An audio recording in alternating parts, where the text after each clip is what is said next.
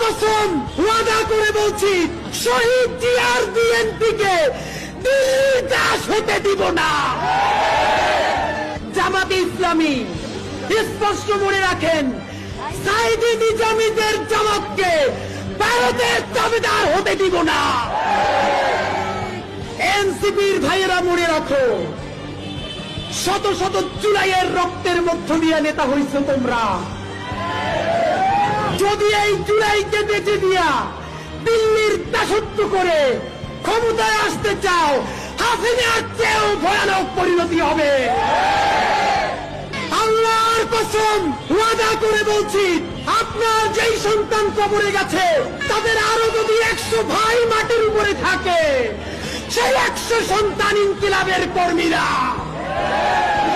ইনকিলাব মঞ্চের অন্তত একটা কর্মীও বেঁচে থাকতে খুনি, ফ্যাসিস্ট, কোন হত্যাকারী আওয়ামী লীগের পুনর্বাসন চলবে না।